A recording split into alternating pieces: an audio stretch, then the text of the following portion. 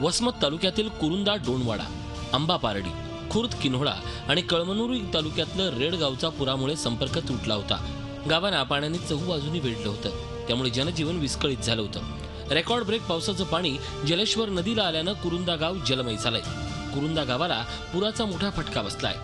रात्री पाण्यामध्ये लेकरं पडली, ते गेले धरता धरता पडलं, दवाखान्यात न्यावं लागलं।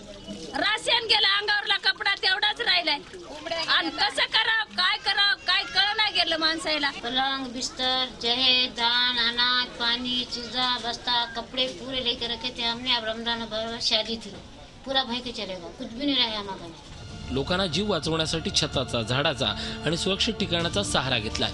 पुराच्या पाण्यात मूक जनावरं, पाणटपऱ्या, बैलगाड्या, शेतीची अवजारं आणि दुचाकी, चारचाकी वाहून गेली आहेत। 100वर घरं कोरमडून पडली आहेत। 2 गायींचा मृत्यू झालाय तर 100वर जनावरं वाहून गेली आहेत। मी जीवनामध्ये असा पाऊस एकदाही पाहिला नाही।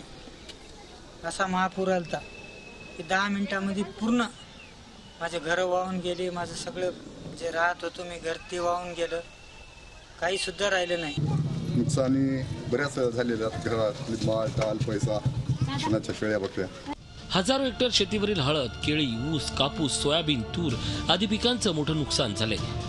शेती उपयुक्त अवजारं, ठिबक पाईप, चारा वाहून गेलाय तर हजारो हेक्टर जमिनी खरडून गेल्यात, त्यामुळे जमिनीचा जिवंत स्तर नष्ट झालाय।